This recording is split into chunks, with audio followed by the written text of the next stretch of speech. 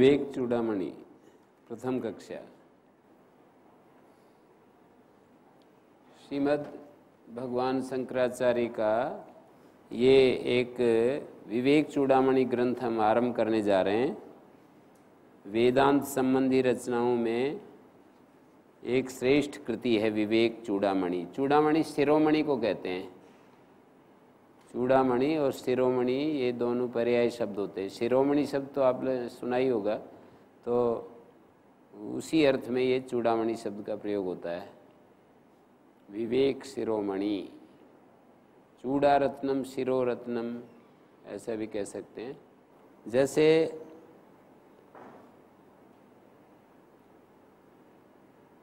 श्रीमद् भगवत गीता और दूसरी तरफ उपनिषद और श्रीमद् भगवत गीता का सार है ये विवेक चूड़ामणि। एक अर्थ में भगवान शंकराचार्य ने ब्रह्मसूत्र भाष्य, उपनिषद भाष्य और श्रीमद् भगवत गीता भाष्य, इन तीन ग्रंथों पर विशाल भाष्य लिखा है।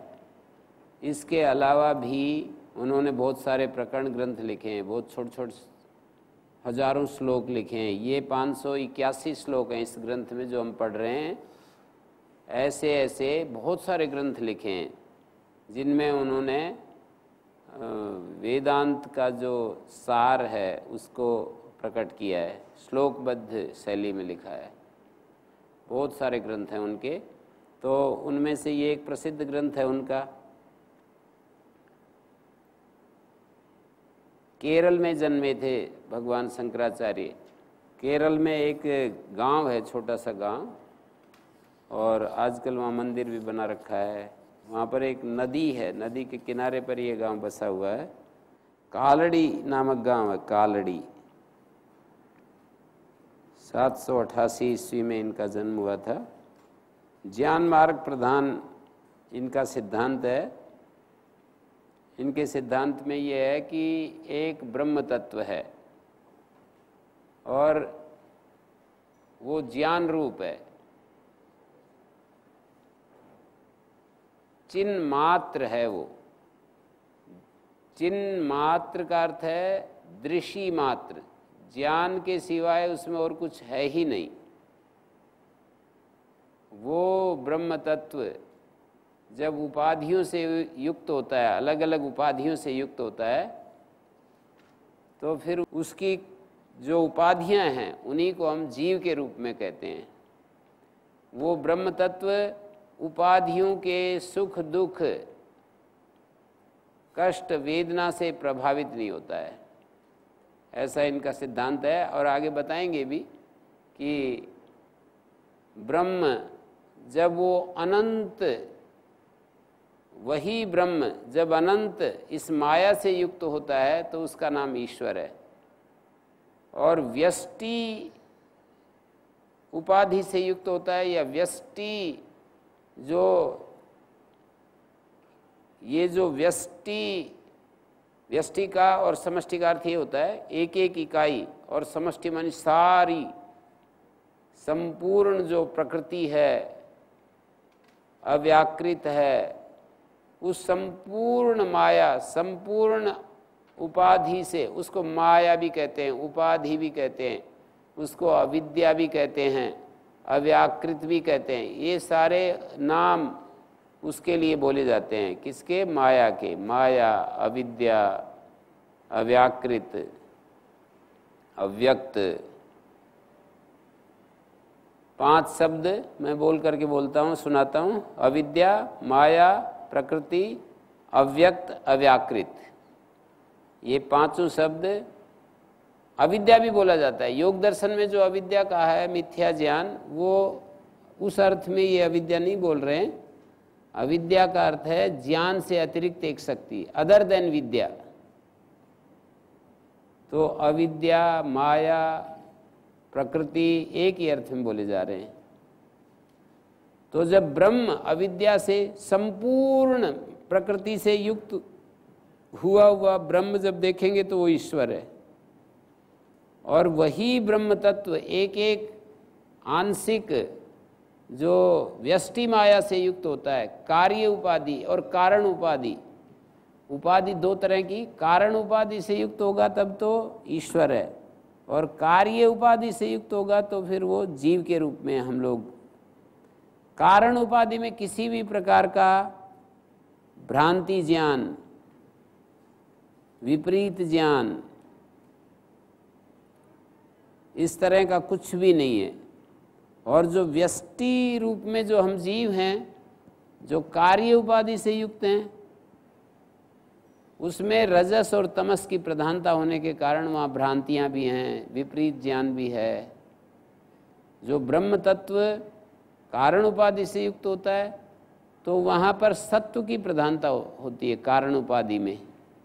तो कारण उपाधि में सत्व की प्रधानता होने से वहाँ ब्रह्म एक प्रकार से सर्वज्ञता से युक्त रहता है, और कार्य उपाधि में रजस तमस की प्रधानता होती है तो वहाँ अल्पज्यता से युक्त होता है। जीवों के साथ जो रूप है ब्रह्म का वो अल्पज्यता युक्त है, और कारण उपाधि के साथ जो है वो सर्वज्ञता से युक्त है। इस पृष्ठभूमि में हम आगे पढ़ेंगे, आगे तो ये स्वयं ही बताएंगे। ये गुरु और शिष्य का संवाद है, ये भी हमें समझना है। एक गुरु है और एक शिष्य है, तो इन दोनों की एक प्रकार से चर्चा है, गुरु और शिष्य की। मंगलाचरण से ग्रंथ का आरंभ कर रहे हैं। सर्व वेदांत सिद्धांत गोचरम तम अगोचरम गोविंदम परमानंदम सद्गुरुम प्रणतोस्म्यहम्। सर्व वेदांत सिद्धांत गोचरम, सभी वेदांत के सिद्धांत में दिखाई देने वाला। वेदांत होता है वेद का सार, वेद का अंत, वेद का जो तत्व है उसको वेदांत कहते हैं। सारे वेदांत का जो तत्व है वो ब्रह्म है। सर्वे वेदा यत् पदमामनन्ति तपांसी च सर्वाणि यद् वदन्ति यदिच्छन्तो ब्रह्मचर्यं चरन्ति तत्ते पदम संग्रहेण ब्रवीमि ओम इत्येतत्। ये जो यदिच्छन्तो ब्रह्मचर्यं चरन्ति तत्ते पदम संग्रहेण, संग्रहेण मानी संक्षेपेण, संग्रह का अर्थ है संक्षेप, संक्षेप से उसका नाम हम बताएं तो ओम इत्येतत्, ओम इस नाम से उसको कहेंगे। सर्व वेदांत सिद्धांत गोचरम, सारे वेदों का जो सार है, निचोड़ है, सिद्धांत जो सिद्ध बातें हैं उनका भी जो निचोड़ है, सर्व वेदांत उसको सिद्धांत कहते हैं। सर्वे वेदांतः यत् पदमामनन्ति, मानी सर्वे वेदा, सर्वे वेदांत, एक एक जो वेद वचन है, एक एक उपनिषद, श्रुति, उपनिषद भी श्रुति का ही एक भाग है, तो सारे वेद वचन जिसका वर्णन करते हैं। सर्व वेदांत सिद्धांत गोचरम तम अगोचरम, ऐसा वो अगोचर आँखों से दिखाई नहीं देता है, ऐसा जो परमानंद है। गुरु परक भी ये श्लोक का अर्थ जाएगा और उस ब्रह्म परक भी। मंगलाचरण कर रहे हैं, अपने गुरु को भी प्रणाम करते हैं। शंकराचार्य जी गुरु के बारे में बहुत बड़ी उच्च दृष्टि रखते हैं कि गुरु कहते हैं एक जगह वो कि भावाद्वैतम सदा कुर्यात् क्रियाद्वैतम न कर हिचित, और कहते हैं नाद्वैतम गुरुना सह, गुरु के साथ भी अद्वैत की स्थिति ना बनाए कि हम और ये एक ही हैं। अद्वैत मानी एक ऐसा, एक ही तत्व है इस सारे ब्रह्मांड में, वो ज्ञान रूप है, सबके अंदर वो अनादि अनंत रूप से है, कभी उसका नाश नहीं होता है। हमारे ये शरीर परिवर्तित होते रहते हैं पर वो कभी भी नहीं बदलता है, ऐसा वो तत्व है। उसकी प्राप्ति इस ग्रंथ के द्वारा कैसे होती है ये बताएंगे। मुख्य रूप से वैराग्य के द्वारा उसकी प्राप्ति होती है। ये सार रूप में मैं आपको बता रहा हूँ इनका विचार, कि वैराग्य के द्वारा ही उस तत्व की प्राप्ति हो सकती है। उपनिषद भाष्य में एक जगह कहते हैं आचार्य, केवल शास्त्र वचनों से उस ब्रह्म तत्व की प्राप्ति नहीं होती, उसके लिए कोई ब्रह्मनिष्ठ गुरु और वैराग्य, ये दो बातें होना अत्यंत आवश्यक है। एक तरफ संसार के सुखों से विरक्ति और दूसरी तरफ कोई मार्गदर्शक गुरु। केवल सीधे शास्त्र वचन पढ़ करके हम उसकी अनुभूति नहीं कर सकते। समित पाणी स गुरुमेवा विगच्छेद समित पाणी श्रोत्रियम ब्रह्मनिष्ठम, जो एक वाक्य है उपनिषद वचन, जो यहाँ पर भी लिखा हुआ है। तो उस वचन के द्वारा यही उन्होंने उसका भाष्य करते हुए ये संकेत किया है। जी, सर्व वेदांत सिद्धांत गोचरम, सारे वेदांत के सिद्धांतों में फैला हुआ है, गोचरम फैला हुआ है। तम अगोचरम, उस अगोचर तत्व को जो हमारी इंद्रियों का विषय नहीं बनता है। गोविंदम परमानंदम, उस परम आनंद गोविंद को जो सद्गुरु के रूप में है, प्रणतोस्मि हम, मैं जो है प्रणाम करता हूँ, प्रणतोस्मि हम, मैं उसको प्रणाम करता हूँ। ब्रह्मनिष्ठा का महत्व अब दिखा रहे हैं, आगे इसको वर्णन कर रहे हैं।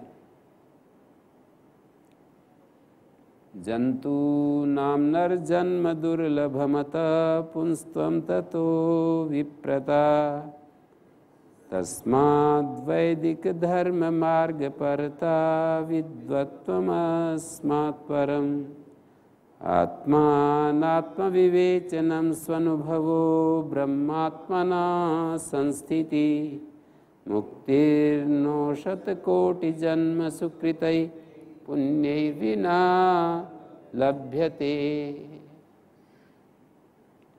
जंतु नाम नर जन्म दुर्लभम, एक श्रृंखला, कठिनता की एक श्रृंखला धीरे धीरे वो बढ़ते हुए बता रहे हैं कि जंतु नाम नर जन्म दुर्लभम, प्राणियों में, जीवों में नर जन्म दुर्लभम, जीवों में नर का जन्म मिलना, जितने भी जीव हैं जैसे गाय भैंस हाथी घोड़ा, इन सब जीवों में नर का जन्म मिलना मुश्किल है, बहुत ही मुश्किल है मनुष्य योनि मिलना। और मनुष्य योनि में भी पुंस्त्व कठिन है, क्योंकि मातृशक्ति को कितना कष्ट उठाना पड़ता है, कितना ज़्यादा सामाजिक परिवेश भी वैसा रहता है, और उनका बायोलॉजिकल उनका जो दिक्कतें हैं वो भी बहुत सारी हैं। तो इसके लिए उन्होंने ये कह दिया कि अतः पुंस्तम ततो विप्रता, और इसके बाद भी और एक एक कठिनाई को प्रस्तुत करते जा रहे हैं। ब्राह्मण होना, विप्रता, ब्रह्म का ज्ञान होना, ब्रह्म कुल में, ब्राह्मण कुल में पैदा होना। ब्राह्मण कुल का मतलब ये नहीं कि जो नाम से तो ब्राह्मण है लेकिन कर्म कोई व्यापार कर रहा है या कोई कहीं पर सेना में भर्ती हो रहा है। मानी जो ब्राह्मण का कर्म कर रहे हैं, वेद पढ़ रहे हैं, वेद पढ़ा रहे हैं, वेद पर विचार कर रहे हैं, शास्त्र विचार कर रहे हैं, उसको ब्राह्मण कहते हैं। ततो विप्रता तस्माद् वैदिक धर्म मार्ग परता विद्वत्वमस्मात् परम, और उससे भी ज़्यादा केवल ब्राह्मण होना नहीं, वैदिक धर्म मार्ग में स्थिर होना, वैदिक धर्म मार्ग पर चलना, वैदिक धर्म मार्ग को समझना और उस पर उसका आश्रय लेना, ये और भी ज़्यादा मुश्किल है। विद्वत्वमस्मात् परम, और उसके बाद विद्वता होना, ये भी एक कठिन काम है। विद्वत्वमस्मात् परम, विद्वता होना ये भी एक मुश्किल कार्य है।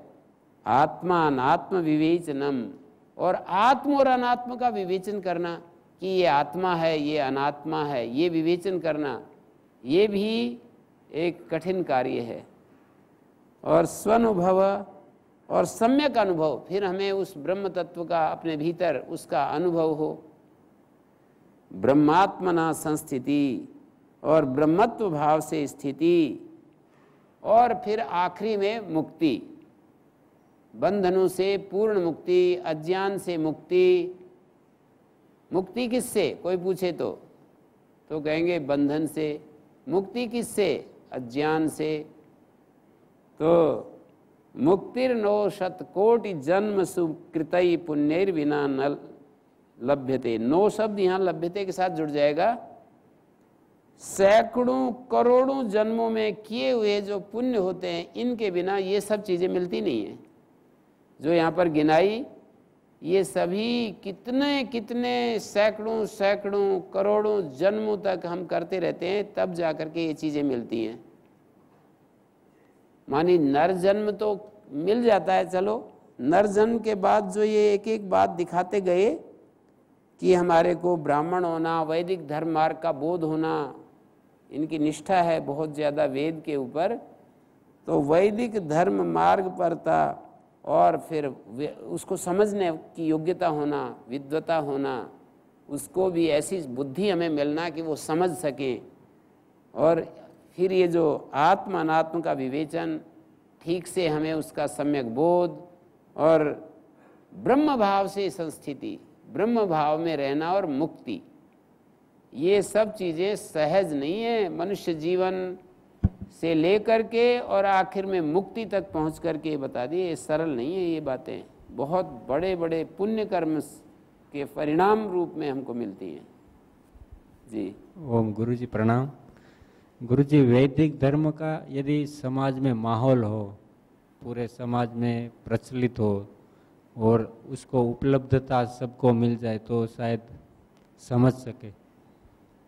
आजकल जैसे अभी कुछ लोगों को वैदिक धर्म के बारे में जो कुछ परंपरा ऐसी चल पड़ती है धर्म के नाम पे जी, तो फिर वो समझने का उसको अवसर ही प्राप्त नहीं होता। वैदिक धर्म का अर्थ है हमारी जो वर्णाश्रम धर्म व्यवस्था है, धर्म अर्थ काम मोक्ष को जो महत्व देते हैं, और जो ब्राह्मण क्षत्रिय वैश्य शूद्र जो एक वर्णों की व्यवस्था है, और ब्रह्मचारी गृहस्थ वानप्रस्थ सन्यास की जो मर्यादाएं हैं कि 25 वर्ष तक कम से कम विद्या अध्ययन और अपने शरीर और मन को समझने में समय लगाना चाहिए, उसके बाद 25 साल तक कम से कम अपने मर्यादित एक जीवन को जीते हुए और इस संसार के इस क्रम को आगे बढ़ाना चाहिए।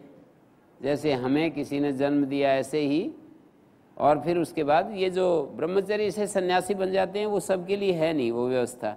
एक सामान्य व्यवस्था होती है और एक विशेष अपवाद व्यवस्था। तो वो अपवाद व्यवस्था है जो सीधे सीधे जो ज्ञान मार्ग के पथिक हो जाते हैं, और उसके बाद तीसरा गृहस्थ से फिर तप करने के लिए दोबारा तैयारी करते हैं।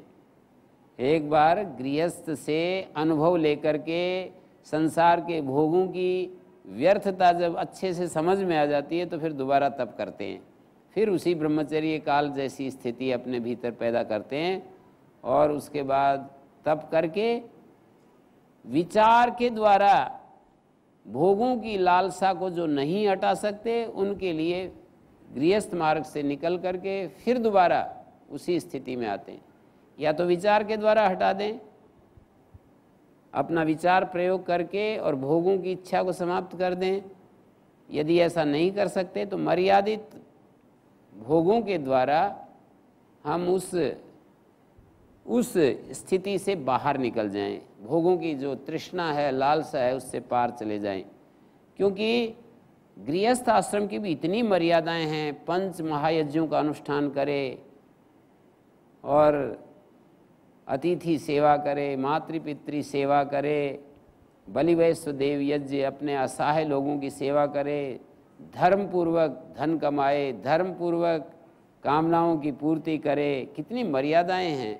और जिन बच्चों को जन्म दें उनको अपने से भी योग्य बनाने की कोशिश करें, इतनी सारे नियम पालन करेंगे तो बहुत ही जीवन एक पवित्र हो जाता है। वो उस रास्ते से चलते हुए संसार का भी एक जो संसार की जो एक व्यवस्था है वो भी बनी रहती है और व्यक्ति का भी विकास हो जाता है। तो जो मर्यादाएं यहाँ निर्धारित की हैं वो अपने आप में सारे मानव जाति की दृष्टि से यदि देखें तो जैसे हमारी जो वर्ण व्यवस्था है, जो आश्रम व्यवस्था है, और इन सब का वर्ण व्यवस्था का भी आश्रम व्यवस्था का भी जो उद्देश्य है वो है धर्म अर्थ काम मोक्ष की सिद्धि। धर्म को समझना, मोक्ष को समझना और धर्म पूर्वक अर्थ और काम का संचय करना। धर्म पूर्वक, ये विशेषण जोड़ा है, धर्म पूर्वक अर्थ और काम का संचय करना।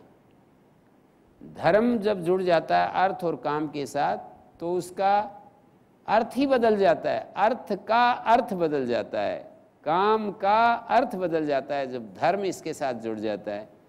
अर्थ धर्म पूर्वक नहीं होता तो अर्थ का अर्थ अनर्थ होता है, और काम यदि धर्म पूर्वक नहीं होता तो काम का अर्थ काम नहीं होता, दुष्ट काम होता है, कुकाम होता है।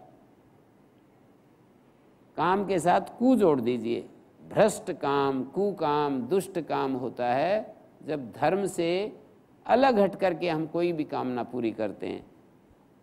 तो धर्म पूर्वक अर्थ, धर्म पूर्वक काम, और फिर अंततः मुक्ति की जो अभिप्सा है और मुक्ति के लिए जो प्रयत्न है, ये हमारे वैदिक धर्म में एक योजनाबद्ध तरीके से इसका जो विधान किया है कि हम जीवन जिएं और अंततः हम इस स्थिति में पहुंच जाएं कि हमारे अंदर वो लालसा तीव्रता से जागृत हो जाए कि हमें अपने जीवन में सब प्रकार से मुक्त होना है। 16 संस्कार तो मानव निर्माण की गृहस्थ आश्रम की एक मध्यवर्ती स्टेज है। गृहस्थ धर्म के साथ जुड़ा हुआ गृहस्थ जो है वो 16 संस्कार से बच्चों को, अपने बच्चों को वहीं से शुरू हो जाते हैं। कुछ तो गृहस्थ आश्रम तक हो जाते हैं, उसके बाद वानप्रस्थ और सन्यास और अंत्येष्टि, 3 ही तो बचते हैं। वानप्रस्थ, सन्यास और अंत्येष्टि संस्कार, 3 संस्कार बचते हैं। 16 में से 3 गए तो 13 संस्कार तो गृहस्थ आश्रम तक पूरे हो जाते हैं। जब वो विवाह होता है तो विवाह तक उसके 13 संस्कार पूरे हो जाते हैं। फिर वो अपने बच्चों के शुरू कर देता है। तो ये वैदिक धर्म मार्ग पर था, पूरा उसकी एक व्यवस्था है। संस्कार, जैसे कोई पूछ रहा था मुझसे कि ये जो संस्कार होते हैं केवल इतनी बात नहीं होती है कि बच्चे ने जन्म लिया, उसका हमने यज्ञ किया और नाम रख दिया, या उसका उपनयन करवा दिया या गुरुकुल में भेज दिया। वो तो बीच बीच में एक प्रकार की एक मध्यवर्ती स्टेज है, एक पड़ाव है। उसके बाद हमें उस तरह का जीवन जीना होता है। पूरा उस व्यवस्था में हमें जीना होता है, उसी तरह से हमें जीना होता है। जो व्यवस्था वहाँ पर विद्वान आते हैं वो हमें समझाते हैं, वो बताते हैं कि अब आपको अगला जीवन कैसे जीना है। फिर वो वहाँ तक पहुँच जाते हैं, फिर अगला संस्कार आता है तो फिर विद्वानों को बुलाकर फिर एक संस्कार करते हैं, वो बताते हैं कि आगे का जीवन कैसे जीना है। इस तरह से वो जो संस्कारों की प्रक्रिया है वो विद्वानों से एक संदेश लेते हैं, विद्वानों से अपने जीवन की दिशा लेते हैं कि अब हम आगे का जीवन कैसे जिएं। जैसे किसी के बच्चे, किसी के घर में बालक पैदा हो गया तो वहाँ पर जात कर्म संस्कार करते हैं। जात कर्म एक संस्कार होता है, माने उत्पन्न हुए बालक का संस्कार। तो उसमें विद्वानों को बुलाते हैं, विद्वान समझाते हैं और प्राचीन ऋषियों की जो मर्यादा है वो भी बताते हैं। पिता के मुख से कई मंत्र पढ़वाते हैं, जो विद्वान पिता होते हैं वो तो समझते हैं, ऐसे नहीं तो रिचुअल मात्र रह जाता है, उसका कुछ अर्थ नहीं होता है। रिचुअल जो होते हैं ना, जो ज्ञान रहित, श्रेयो ज्ञानम अभ्यासात ज्ञानाध्यानम विशिष्यते, ऐसे गीता में कहा है कि अभ्यास,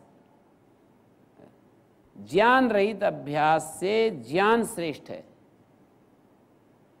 और ज्ञानाध्यानम विशिष्यते, अभ्यास सहित ज्ञान भी करें उससे भी ध्यान श्रेष्ठ है।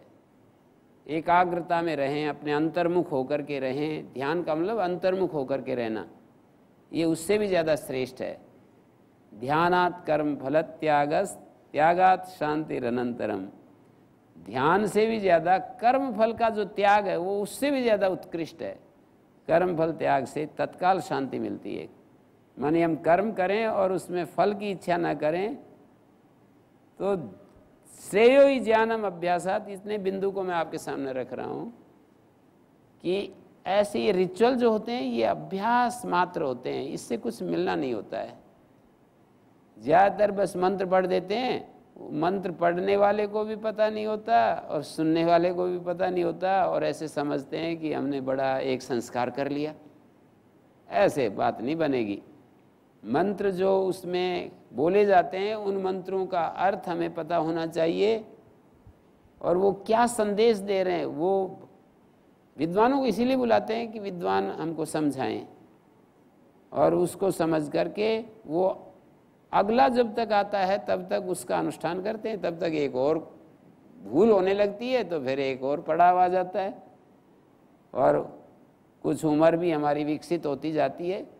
जैसे वो कुछ दिन तक वो इतना बड़ा हो जाता है तो उसके बाद नामकरण, नाम रखते हैं, सब विद्वानों को बुलाकर उसका, विद्वान उसको बताते हैं कि ये नाम जो होता है ये हमारा संबोधन नहीं है, ये संसार सागर से पार उतरने का आलंबन है। ऐसे विचार करके नाम रखते हैं। उसको ब्राह्मण बनाना है, क्षत्रिय बनाना है, वैश्य बनाना है। शूद्र तो बनाया नहीं जाता, शूद्र तो बन जाते हैं जब कोई ब्राह्मण क्षत्रिय वैश्य धर्म का पालन नहीं कर पाता या अपने जीवन को वैसा नहीं बना पाता, तो वो फिर उस अवस्था में चला जाता है।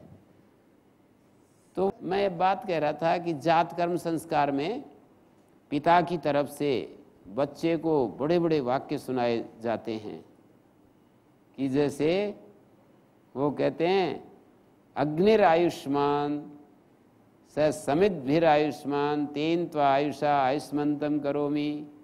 पिता कह रहा है अपने बच्चे को, अग्नि बहुत उम्र, लंबी उम्र वाला है। स समद्भिर आयुष्मान, समिधाओं से लंबी उम्र होती है अग्नि की, वैसे नहीं होती। समिधाएं नहीं मिलती तो अग्नि कितना से लंबी उम्र होगी। समिधाएं डालते रहो, फिर कितनी दिन तक जलाते रहो, कितनी दिन तक अग्नि को प्रज्वलित रख सकते हो। समिधाओं की आहुति लगाते रहो। तेन त्वा आयुषा आयुष्मंतम, उस आयु से, जैसे अग्नि लंबी उम्र वाला है, उस आयु से तुम्हें मैं आयुष्मान करना चाहता हूँ। फिर ऐसे एक एक उदाहरण देते हैं कि यज्ञ आयुष्मान से दक्षिणा भी आयुष्मान, तेन त्वा आयुषा आयुष्मंतम करोमि। यज्ञ लंबी उम्र वाला है, प्रशस्त उम्र वाला है। लंबी उम्र और प्रशंसनीय उम्र, दो बातें। आयुष्मान शब्द का अर्थ होता है प्रशंसनीय आयु है जिसकी। ये जो मान शब्द जुड़ता है ना, जैसे बलवान, मान और वान एक ही बात होती है। बलवान, आयुष्मान, जिसके अंदर प्रशंसनीय बल होता है या नित्य बल होता है उसको बलवान कहते हैं। आयुष्मान, जिसकी प्रशंसनीय आयु होती है उसको आयुष्मान कहते हैं। तो मैं तुम्हारी ऐसी यज्ञ जैसे प्रशंसनीय आयु वाला है, से दक्षिणा भी आयुष्मान। यज्ञ दक्षिणाओं के सहारे चलता है। खूब दक्षिणाएं देते रहो ऋत्विकों को, फिर कितना भी दिन चलाते रहो यज्ञ, कोई कमी नहीं है। आप चाहे सारी जिंदगी यज्ञ करते रहो। दक्षिणा भी आयुष्मान, तेन त्वा आयुषा आयुष्मंतम करोमि। इस लंबी और प्रशंसनीय आयु से तुमको मैं आयुष्मान करना चाहता हूँ। लंबी भी और प्रशंसनीय आयु। लंबी आयु तो चोर डाकुओं की भी हो सकती है, पर वो प्रशंसनीय आयु नहीं है। ऐसे पिता ऐसे ऐसे वाक्य पिता के मुख से बुलवाते हैं, देवा आयुष्मंता ते अमृतेन आयुष्मंता। देवता जो हैं प्रशंसनीय आयु को प्राप्त होते हैं, पर वो अमृत पीते हैं, अमृत पान करते हैं, इसलिए प्रशंसनीय आयु उनकी होती है। तेन तो आयुषा आयुष्मंतम करोमि, समुद्र आयुष्मान से स्रवंती भी आयुष्मान। समुद्र लंबी उम्र और प्रशंसनीय उम्र वाला है, पर वो नदियों से प्रशंसनीय उम्र है उसकी, आयु है उसकी। तेन तो आयुषा आयुष्मंतम, ऐसे बहुत सारे वाक्य बुलवाए हैं। तो वो पिता एक प्रकार से पिता को उसके कर्तव्य का बोध कराते हैं संस्कार के माध्यम से। बच्चे का तो संस्कार करते ही हैं, जो पिता माता होता है उन पर भी कुछ उत्तरदायित्व डालते रहते हैं। और बच्चों को भी वो उस भाव से देखें कि ये हम एक चेतन प्राणी के साथ व्यवहार कर रहे हैं। तो आजकल माता पिता तो बस इतना ही होता है, उनके शरीर की रक्षा कर देते हैं, शरीर को जन्म दे देते हैं, इससे आगे उनको कुछ रहता नहीं है। शरीर को अच्छे से अच्छा खाना पीना रहना सहना दे देते हैं, और उनके मन के निर्माण के लिए, उनके बुद्धि के निर्माण के लिए बहुत प्रयत्न नहीं किया जाता है। तो ये सब जो है, देखिए अब आगे बढ़ते हैं। ये सब बातें हैं ना यहाँ पर जो दूसरे श्लोक में बताई, ये हमको सैकड़ों सैकड़ों जन्मों के पुण्यों से प्राप्त होती हैं, ऐसे मन में बिठा लेना चाहिए। सहज नहीं है ये सब बात। ओम गुरु जी। हाँ जी, इस श्लोक में बताया गुरु जी कि ये जो मुक्ति है ये भी अनंत जन्मों के पुण्यों से हमें प्राप्त होती है जी। तो मुक्ति तो कर्म पर निर्भर नहीं होती है ना गुरु जी? नहीं, वो एक परंपरा होती है, एक साक्षात होती है। मानी हम ये सब चीज़ें मिलती हैं तब हमें मुक्ति की स्थिति पैदा होती है, वैराग्य पैदा होता है। मानी हम पुण्य कर्म करते हैं तो हम वेद आदि शास्त्र पढ़ने का मौका मिलता है, विचार करने का मौका मिलता है, और आत्म अनात्म विवेचन करते हैं, हमें उस तरह की परिस्थितियाँ मिलती हैं। और ये सब परंपरा से, मानी पुण्य से हमको मनुष्य शरीर मिलता है, का वो ज्ञान से नहीं, पुण्य से मिलता है मनुष्य शरीर जो है वो।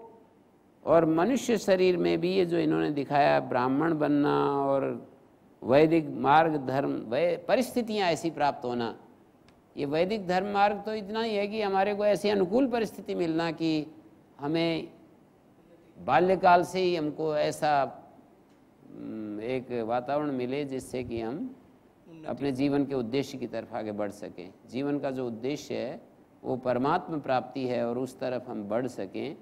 ये वातावरण ऐसा मिलना, ये तो पुण्य का ही फल है। सीधा सा हिसाब है कि हम यदि पुण्य करेंगे तो ऐसा वातावरण मिलेगा जो हम चाह रहे हैं। तो विद्वत्वम और ये वैदुष्य प्राप्त होना, ये भी पुण्य से ही मिलता है।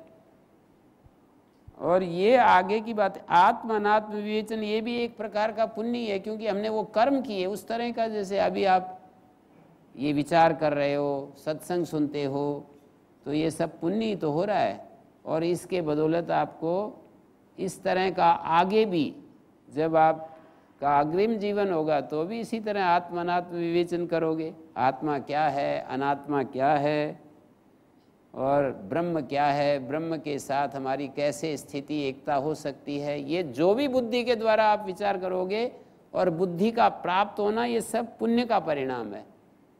और पुण्य होता है जो हमारे आश्रम धर्म होते हैं उनका ठीक ठीक पालन करने से पुण्य मिलता है। स्वधर्म स्वकर्म के अनुष्ठान से पुण्य बनता है। छांदोग्योपनिषद में कहा है कि यज्ञो त्रयो धर्म स्कंधा यज्ञो अध्ययनम दानमिति प्रथमा। 3 धर्म के स्कंद होते हैं, उनमें पहला स्कंद बतलाया यज्ञ अध्ययन और दान, इन तीनों को मिलाकर एक धर्म का खंबा बनता है। धर्म का पहला स्कंद बनता है यज्ञ अध्ययन दान। तपय द्वितीय, और एक धर्म का स्कंद है तप। तीसरा स्कंद है अत्यंतम आचार्य कुलवासी अत्यंतम आत्मानम अवसादयन, अपने आप को बहुत कष्ट देते हुए तपस्या करते हुए आचार्य कुल में रहना। आचार्य कुलवासी अत्यंतम आत्मानम अवसादयन, अत्यंत अपने आप को, शरीर को भून रहा है, शरीर को तप की भट्ठी में डाल रखा है। अत्यंतम आत्मानम अवसादयन, अपने आप को बहुत ही तप की प्रक्रिया से गुजारते हुए ले जा रहा है। ये तीसरा धर्म का स्कंद है। आचार्य कुलवासी अत्यंतम आत्मानम अवसादयन, 3 धर्म के ये खंबे बता दिए।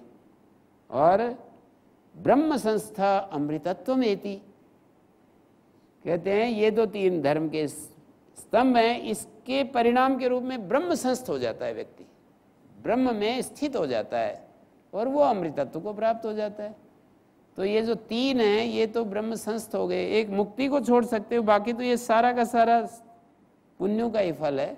मुक्ति ज्ञान से होती है, पर उस मुक्ति की परिस्थिति देखिए आप कि त्रयो धर्म स्कंदा, 3 धर्म के स्कंद हैं और धर्म तो पुण्य ही है। 3 धर्म के स्कंद हैं, यज्ञ अध्ययन दान, ये पहला। तप दूसरा। तप माने अपने मन और इंद्रियों को एकाग्र रखना और किसी विशेष दिशा में लगाए रखना, इधर उधर दाएं बाएं न देखना, ये तप है। और तीसरा बताया आचार्य कुलवासी, आचार्य कुल में रहना, आचार्य के समीप रहना। अत्यंतम आत्मानम अवसादयन, अपने आप को कष्ट देते हुए, माने सुख से दूर रखते हुए, ये भाव है वहाँ पर। कष्ट देने का अर्थ है अपने आप को इंद्रिय सुखों से बचाते हुए और इसी तरह से जीवन जीना, विद्या का अभ्यास करना। ये जो है एक धर्म का स्कंद है। 3 तो धर्म स्कंद बताए। ब्रह्म संस्था अमृतत्वमेति, सर्वे एते पुण्यलोका भवन्ति, इनको पुण्यलोक प्राप्त होते हैं। ये जो 3 धर्म स्कंद थे उन पर चलने वाले लोगों को पुण्यलोक प्राप्त होता है, और जो ब्रह्म संस्थ हो जाता है उसको तो अमृत मिल जाता है, वो मुक्त हो जाता है। जीवन का फिर दुर्लभ अनुग्रह आगे दिखा रहे हैं। दुर्लभम त्रयमेवेतद् देवानुग्रह हेतुकम मनुष्यत्वम मुमुक्षत्वम महापुरुष संश्रया। 3 चीजें, एक मनुष्यत्व, एक मुमुक्षत्व और महापुरुषों का संग। मनुष्य में स्त्री पुरुष दोनों ही आ गए। मनुष्यत्व, मुमुक्षत्व और महापुरुषों का जो आश्रय है, ये 3 बातें दुर्लभ है मनुष्य जीवन के लिए, या जीवन के लिए यूँ समझो। मनुष्यत्व को प्राप्त करना, मुमुक्षता प्राप्त करना, महापुरुषों का आश्रय मिलना, दुर्लभम त्रयमेवेतत्, ये तीनों ही दुर्लभ चीज़ें हैं, भगवत कृपा से प्राप्त होती हैं। देवानुग्रह हेतुकम, देव माने हमारे भगवत कृपा, भगवान की कृपा को देव शब्द से कहा गया है। देवानुग्रह हेतुकम, भगवान की कृपा के परिणाम स्वरूप हमको ये मिलती है। क्या? मुमुक्षत्व, मुमुक्षुता माने दुख से छूटने की इच्छा, मुक्ति की इच्छा मुमुक्षुता है। और महापुरुषों का संश्रय माने आश्रय, महापुरुषों का संग। जो हमसे आगे बढ़े हुए ऐसे तपस्वी ज्ञानी महापुरुष होते हैं उनको महापुरुष कहते हैं। महापुरुषों का जो आश्रय है, ये तीनों ही हमारे लिए दुर्लभ हैं। सद्गुरु का आश्रय, मुमुक्षुता माने बंधनों से छूटने की इच्छा। हम लोग मनुष्य जीवन में क्या करते हैं, आपने देखा ही है, सुख की इच्छा करते हैं। तो आप यूं कहोगे सुख की इच्छा नहीं करनी चाहिए। सुख की इच्छा नहीं करनी चाहिए क्या? सुख की इच्छा करते हैं, ऐसा जो स्टेटमेंट दिया जाता है कि हम क्या करते हैं, सुख की इच्छा करते हैं। हम तो एक व्याख्या कर रहे हैं, स्थिति बता रहे हैं। सुख की इच्छा करनी चाहिए या नहीं करनी चाहिए ऐसा नहीं बोल रहे, एक स्थिति बता रहे हैं। हम क्या करते हैं, यदि हम अपना अध्ययन करें तो क्या करते हैं? हम करते हैं इंद्रिय सुखों को पाने के लिए ज़्यादा से ज़्यादा प्रयत्न। मनुष्य जीवन पाकर हम क्या करते हैं? सम्मान को पाने के लिए प्रयत्न करते हैं, इंद्रिय सुखों को पाने का प्रयत्न करते हैं। और कहना चाहिए संपत्ति सुविधाओं को पाने का प्रयत्न करते हैं और ज़्यादा से ज़्यादा तीन चीज़ें जिसके पास हो जाती हैं फिर पावर को प्राप्त करने के लिए प्रयत्न करते हैं। ओम चरण स्पर्श गुरु जी धर्म का जो 3 स्कंध बतलाया, प्रथम स्कंध बतला दिया कि यज्ञ, अध्ययन और दान, द्वितीय बतलाया कि तप, तृतीय थोड़ा स्पष्ट नहीं हुआ, आचार्य के वासी और अध्ययन दोनों में एक ब्रह्मचारी का है, एक वानप्रस्थ का है और एक गृहस्थ का है, ये मतलब है। आचार्य कुलवासी ब्रह्मचारी का धर्म स्कंद है, तप वानप्रस्थ का है, यज्ञ अध्ययन दान जो हैं ये गृहस्थ के हैं। यज्ञ करना, अध्ययन करना, दान, अध्ययन मानी अध्यापन उसमें ही समाहित है। जो ब्राह्मण लोग हैं वो अध्ययन कराते हैं, पढ़ाते हैं, तो ये धर्म का स्कंद है। दान देते हैं, यज्ञ करते कराते हैं, और अध्ययन अध्यापन करते हैं, अध्यापन का भी उपलक्षण है, और दान देते हैं, दूसरों की मदद करते हैं, तो ये गृहस्थ का है। ओम गुरु जी, आपके व्याख्यान में एक बात आई थी, बस स्पष्ट नहीं हुआ थोड़ी से पहले, कि आपने बतलाया कि ब्राह्मण और क्षत्रिय वैश्य ये तीनों को तैयार किया जाता है, लेकिन शूद्र ऐसे जो नहीं बन पाते हैं वो शूद्र बन जाता है। ठीक है, यदि कोई हम ऐसे बनाने से सभी यदि बन जाए, तीनों में से सभी बन जाए, तो फिर शूद्र काम करेगा कौन? इसको कैसे देखेंगे? शूद्र बनाने की जरूरत नहीं, फिर कैसे समझेंगे? ये तो सभी आदमी अपनी शक्ति का अधिकतम प्रयोग करते हैं, और जैसे किसी को यदि अपने से उच्च स्थिति मिलती हो तो वो उस स्थिति में संतुष्ट नहीं होता है। प्रकृति ने, कुदरत ने हमारा जन्म किसी शूद्र कुल में पैदा कर दिया है, मानी हम पैदा हो गए हैं, और हमारी बुद्धि, हमारे संस्कार उस तरह के नहीं होते हैं, ये भी हम मानते हैं, तो फिर तो उसी काम को करना ही पड़ता है। बाकी यदि हमारा सामर्थ्य बढ़ जाता है, वहाँ पर भी शूद्र कुल में पैदा होकर के भी, और कोई व्यक्ति ब्राह्मण बन जाता है, इतना ज्ञानी बन जाता है, इतना तपस्वी बन जाता है, और कोई व्यक्ति उच्च कुल में पैदा होकर के भी यदि अपने वर्णाश्रम धर्म का पालन नहीं करता है, प्रमाद करता है, भूल करता है, तो नीचे चला जाता है, शूद्र बन जाता है। और क्या करेगा? उसको आजीविका के लिए जब कोई सामर्थ्य ऐसी है नहीं कि वो दूसरों का मार्गदर्शन करे, और ऐसी सामर्थ्य है नहीं कि वो नेतृत्व करे, और ऐसी भी सामर्थ्य नहीं है जो कि समाज को वस्तु उत्पादन करके दे, तो फिर दूसरों की सेवा ही करेगा वो। सभी मुक्त हो गए। मैं गुरुजी से एक बार बात कर रहा था, मणि गुरुजी से, कि ये तो सभी मुक्त हो जाएंगे। किम भवता मत्सराय सर्वे मुक्ता भविष्यन्ति। सभी ब्राह्मण क्षत्रिय वैश्य हो जाएंगे, आपको क्या आपको मत्सर है कि सभी ब्राह्मण क्षत्रिय वैश्य हो जाएंगे? बड़ी अच्छी बात है, हो जाएंगे तो, पर ये क्या संभव बात है? सबके अपने संस्कार होते हैं, सबका अपना कर्माशय होता है, सबकी अपनी अलग अलग पृष्ठभूमि होती है। ऐसे कैसे? ये प्रश्न ही गलत है। ये उस तरह का प्रश्न है, कोई ऐसे कहता है ना सभी सन्यासी बन गए तो फिर ये संसार कैसे चलेगा? सभी लोग तो आगे देखिए, लब्ध्वा कथंचित नरजन्म दुर्लभम तत्रापि पुंस्त्वं श्रुतिपार दर्शनम यस्वात्ममुक्तौ न यतेत मूढ़धि न हि आत्महा स्वं विनिहन्त्य सद्ग्रहात्। जैसे तैसे नरजन्म, दुर्लभ नरजन्म को पाकर, बार बार नरजन्म की दुर्लभता की तरफ आचार्य संकेत कर रहे हैं। जैसे तैसे दुर्लभ नरजन्म को पाकर, तत्रापि पुंस्त्वं श्रुतिपार दर्शनम, और उसमें भी पुरुषत्व पाकर श्रुतिपार दर्शनम, और श्रुतियों के सिद्धांतों के पार जो देखना, श्रुतिपार दर्शनम, श्रुतियों के सिद्धांतों का जो ज्ञान होता है, श्रुतिपार दर्शनम, श्रुतियों के आर पार देखना, माने श्रुतियों का रहस्य समझना। यस्वात्म मुक्तौ न यतेत मूढ़धि, मूढ़ बुद्धि वाला यदि अपनी मुक्ति, अपनी आत्म मुक्ति के लिए प्रयत्न नहीं करता, वो आत्महत्यारा है। स आत्महा स्वयं विनिहन्ति असद्ग्रहात्, असत सिद्धांत को पकड़कर अपना नाश कर रहा है। स आत्महा, वो आत्महत्यारा स्वम विनिहंति, अपना नाश कर रहा है। स्वम मानी अपना, अपना नाश कर रहा है। कैसे नाश कर रहा है? असत में आस्था करके, असत ग्रहात, असत्य सिद्धांत को पकड़कर कि हमारे जीवन में खूब सुख होना चाहिए। ये असत्य सिद्धांत तो है कि हमारे जीवन में खूब इंद्रिय सुख होना चाहिए, खूब पैसे होने चाहिए, खूब हमारे पास। वेद पैसे की मना नहीं करता है, दरिद्रता को वेद कभी भी पसंद नहीं करता है। पर ये जो बात कही जाती है कि हमारे पास पैसे होने चाहिए, जैसे तैसे पैसे होने चाहिए, उसका मना करता है। धर्मपूर्वक पैसे होने चाहिए, धर्मपूर्वक कामनाओं की पूर्ति होनी चाहिए।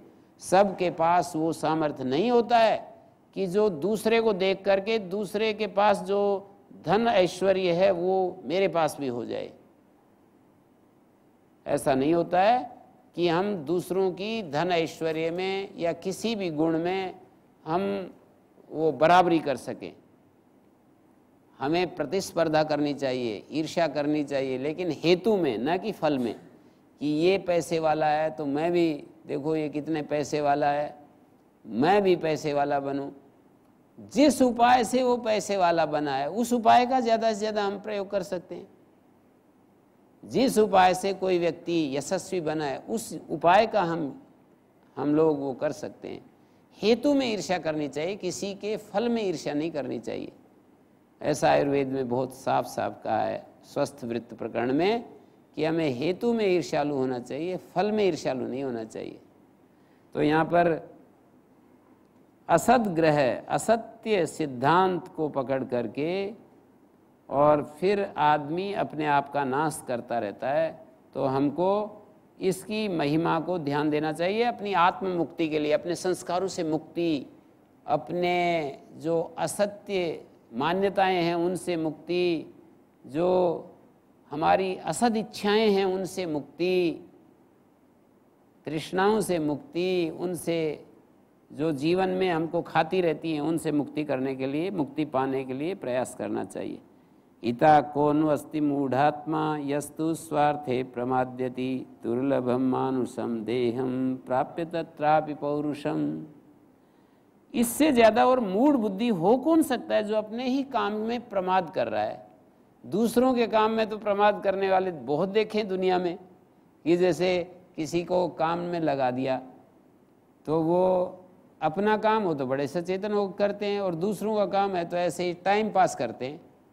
सुबह से लेकर सायंकाल तक घड़ी को देखते रहेंगे, टाइम पास करते रहेंगे, कब समय हो, कब समय पूरा हो, कब समय पूरा हो। पर ये कह रहे हैं अपने काम में भी प्रमाद कर रहे हैं। ये देखो विचित्र बात। इता कौन अस्ति मूढ़ात्मा, इससे ज़्यादा और मूढ़ पुरुष कौन होगा। यस्तु स्वार्थे प्रमाद्यति, जो अपने ही प्रयोजन में प्रमाद कर रहा है। दुर्लभम मानुषम देहम प्राप्य तत्रापि पौरुषम, कहते हैं दुर्लभ मानव देह को पा करके और उसमें भी पुरुषत्व को पा करके और फिर जो है फिर भी जो प्रमाद करता है। आचार्य पुरुषों को और ज़्यादा सचेत कर रहे हैं कि वो मातृशक्ति जिसको कुदरत से ये शरीर मिला है, वो एक बार अभी की बात है, मैं माता जी से पूछ रहा था कि वो एक बार ऐसा उनका स्वास्थ्य बिगड़ने लगा, तो मैंने कहा कि माता जी जो चाहोगी वही आपको वही मिल जाएगा, इच्छा करो केवल वही मिल जाएगा। तो क्या चाहती हो? स्वामी जी भी पूछने लगे, तो बोले कि मैं वापिस मर के और पतंजलि योग पीठ में पढ़ने के लिए आऊँगी। तो किन से पढ़ोगी? तो बोली आचार्य सविता, बोली सविता शेर, बोले इससे गुरु जी से पढ़ूंगी। फिर बोले सविता जी से तब पढ़ना पड़ेगा जब आप स्त्री जाति में आओगी। तो किस में आना चाहती हो? आप बालक बनना चाहती हो या बालिका? तो बोली बालक बनना चाहती हूँ। तो मातृशक्ति, यदि लाखों का इंटरव्यू लिया जाए और उनसे पूछा जाए कि आप अगले जन्म में स्त्री जाति में जाना चाहती हो या पुरुष जाति में, लाखों करोड़ों में से कुछ लोग तो मिलेंगे जरूर कि वो कहते हैं हम अपने इससे संतुष्ट हैं, हमें जो ये जीवन मिला है हम इसको बहुत ही इसको एक पुण्य का फल देखते हैं, ऐसा कुछ मिलेंगी कहने वाली, पर ज़्यादातर तो यही कहेंगी कि हम पुरुष का शरीर पाना चाहती हैं। माता जी बूढ़ा शरीर, और अब जाते समय जैसे मैंने पूछा क्या बनना चाहती हैं, तो फिर कहा कि पुरुष बालक बनना चाहती हूँ।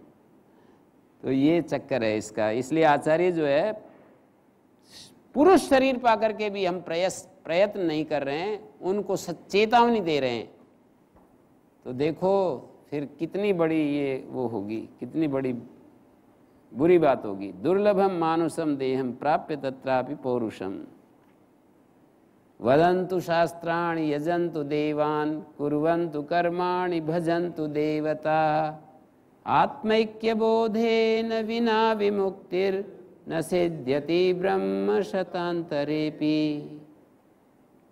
वो कह रहे हैं भले ही कोई शास्त्रों की व्याख्या करे, वदन्तु शास्त्राणि, आप शास्त्रों की व्याख्या कीजिए, यजन्तु देवान, और देवताओं का यजन कीजिए, कुर्वन्तु कर्माणि, खूब सारे कर्म कीजिए, भजन्तु देवता, देवताओं का भजन कीजिए, आत्मैक्य बोधेन विना विमुक्ति, आत्मा की जो एकता है, अर्थात जो मैं और जो एक परम तत्व है सारे संसार में फैला हुआ, आत्मैक्य बोधेन बिना, उसके आत्मा की एकता के बोध के बिना, जो आप में आत्मा है वही मुझ में आत्मा है, और इन सब में वही आत्मा है, और सूर्य में भी वही आत्मा है, और इस पृथ्वी में भी वही आत्मा है, इस आत्मैक्य बोध के बिना विमुक्तिर न सिद्ध्यति, कभी भी मुक्ति नहीं होगी। आप अनंत वर्ष तक जन्म लेते रहें, ब्रह्म शतांतरे भी, 100 कल्प में भी मुक्ति नहीं होगी। ये एक कल्प है, जो हमारा सूर्य की उम्र है वो एक कल्प मानी जाती है, और इसी तरह से 100 कल्प तक भी चलते जाओ तो भी आपको मुक्ति नहीं होगी। शास्त्र की तो महिमा, शास्त्र वाला व्यक्ति क्या बोल रहा है वो देखिए, शास्त्र की प्रशंसा भी की है। इन्होंने कहा ना कि विद्वत्वमस्मात् परम, वैदिक मार्ग तस्मात् वैदिक धर्म मार्ग परता विद्वत्वमस्मात् परम। शास्त्र की तो प्रशंसा गा ही रहे हैं, लेकिन यहाँ पर शास्त्र की भी खबर ले ली। वदन्तु शास्त्राण यजन्तु देवान, देवताओं का यजन करो, शास्त्र पढ़ो, खूब कर्म करो, देवताओं की उपासना करो। कहते हैं ये सब करोगे और आत्मा के एकत्व को तुमने जाना नहीं, तो ये सब तुम्हारे लिए संसार में ही चक्र कटाता रहेगा। ऐसे आचार्य का ध्यान उधर ही है कि हम किसी भी तरह अपने जीवन को मुक्त कर लें, सारे बंधनों से मुक्त कर लें। तो उसके लिए कह रहे हैं कि आत्मा का एकत्व बोध आवश्यक है। हमें ये साक्षात अनुभव हो कि हम सब के भीतर एक आत्म तत्व मौजूद है। तो ऐसा करेंगे तब हमारे को सिद्धि प्राप्त होगी। आज हम यहीं विराम देते हैं। ओम शांति शांति।